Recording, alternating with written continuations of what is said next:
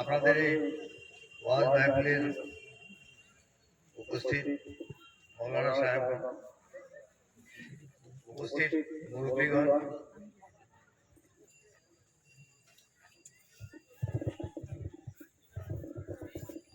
আপনারা এই ধর্মীয় অনুষ্ঠানে অনেক সময় থেকে আছেন, জড়িত রয়েছেন। আমি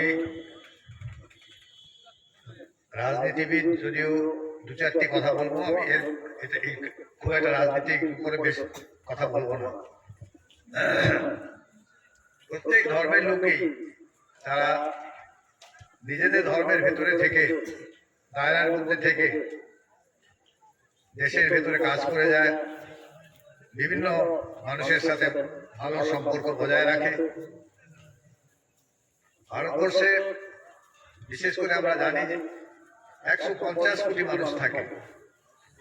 150 কোটি মানুষের ভেতরে হিন্দু রয়েছে, মুসলিম রয়েছে, খ্রিস্টান রয়েছে, শিখ রয়েছে, পার্সি রয়েছে, জৈনরা রয়েছে। এ ধরনের অসংখ্য ভাষাভাষী মানুষ এবং ধর্মাবলম্বী মানুষ ভারতবর্ষে আছে। কিন্তু আমরা বুঝতে পারি না, ভারতবর্ষের মানুষ যখন এক সুরে এক আওয়াজে কথা বলে, উত্তর থেকে দক্ষিণ পর্যন্ত বা পূর্ব থেকে পশ্চিম পর্যন্ত, তারা সবাই ভারতবাসী। তাদের একটি মাত্র পরিচয়। যদিও তাদের এত ধর্ম, যদিও তাদের এত ভাষা, কিন্তু সবচেয়ে বড় গুণ হচ্ছে যে ভারতবর্ষ এক বিরাট দেশ, এক বিরাট শক্তি, এবং ভারতবর্ষের মানুষ তারা একসাথে থাকে বিভিন্ন ধর্মাবলম্বী হওয়ার পরেও। এটাই হচ্ছে আমাদের দেশের পরম্পরা। এই পরম্পরাকে যারা তৈরি করে এসেছেন, স্বাধীনতার আন্দোলন থেকে শুরু করে আজ পর্যন্ত যারা এটাকে তৈরি করে এসেছেন, তারা ভারতবর্ষকে এক নতুন ভাবে তারা তৈরি করেছে। ভারতবর্ষের মানুষ জাতি ধর্ম তাদের নিয়ে বিভক্ত নয়, কিন্তু এখনকার সমাজ, আজকের দিনের পরিস্থিতি, সরকার, কেন্দ্র এবং রাজ্যে যারা রয়েছেন, তারা ধর্মের নামে সমাজকে ভাগ বাটোয়ারা করতে চায়।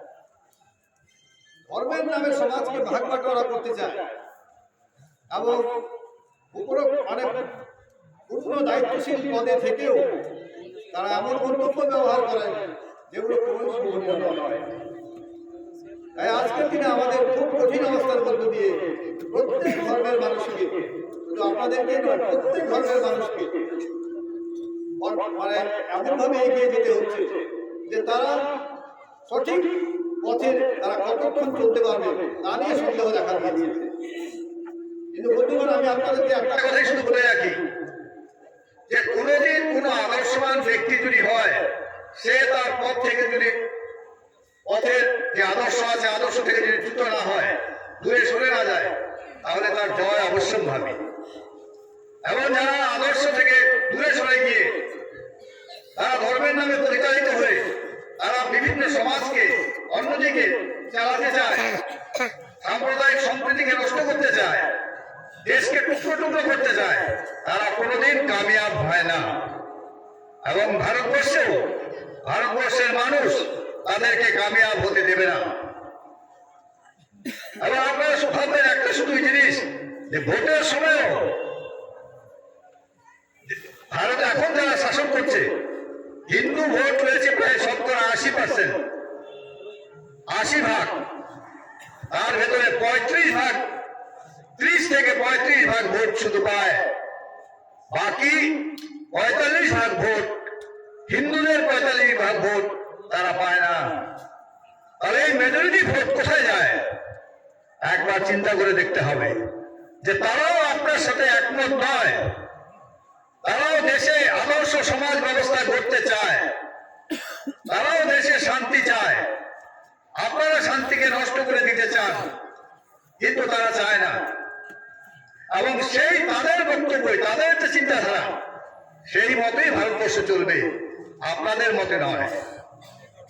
আজও আমরা জানি আপনারা যত বিদ্বেষ করুন, যত কিছু করুন, কিন্তু যেখানে হিন্দু মানুষ কম রয়েছে, মুসলমান মানুষ বেশি রয়েছে গ্রামে, সেখানে গ্রামের নিরাপত্তা, হিন্দু মানুষদের নিরাপত্তা দেন মুসলিম মানুষরা, এবং যে গ্রামে মুসলিম রয়েছেন কম, হিন্দুরা বেশি রয়েছেন, সেই গ্রামে মুসলমানদের নিরাপত্তা দেন হিন্দুরা।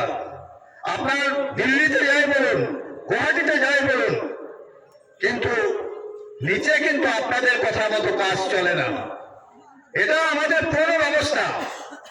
এই ব্যবস্থা, এই যে আপনার পরম্পরা, এই পরম্পরা অনুযায়ী দেশ চলছে। হিন্দু মুসলমানকে সাহায্য করে তার বিপদের সময়, মুসলমান হিন্দুকে সাহায্য করে তার বিপদের সময়, এটা আমরা দেখে এসেছি। এই ঐতিহ্যকে আমাদের ধরে রাখতে হবে। যত আপনার থ্রেট আসুক, যত আপনার বাইরে থেকে তারা ধমকি দিক, কিন্তু আমাদের এই যে সম্প্রীতি ভাব, এক ধর্মের মানুষ অন্য ধর্মের পাশে দাঁড়ানো, বিপদের সময়, আপদের সময়, আমাদের সেটা সেই পরম্পরাকে রক্ষা করে যেতে হবে। আর তাহলে ভারতবর্ষকে কেউ কোনোদিন টুকরো টুকরো করতে পারবে না, ভারতবর্ষকে কেউ কোনোদিন অস্থির করে তুলে ধরতে পারবে না, এবং ভারতবর্ষের যে সম্মান প্রতিষ্ঠা তা উত্তরোত্তর বৃদ্ধি পাবে, এবং বিশ্বের বাজারে ভারতবর্ষের অনেক নাম হবে, যেটা আজকে নেই, যেটা এখন নষ্ট হয়ে যাচ্ছে। তাকে ধরে রাখতে হবে, এটাই আমাদের আজকে কর্তব্য। আপনাদেরকে এটুকু কথা বলে আমি ধন্যবাদ দিয়ে আমার বক্তব্য শেষ করছি।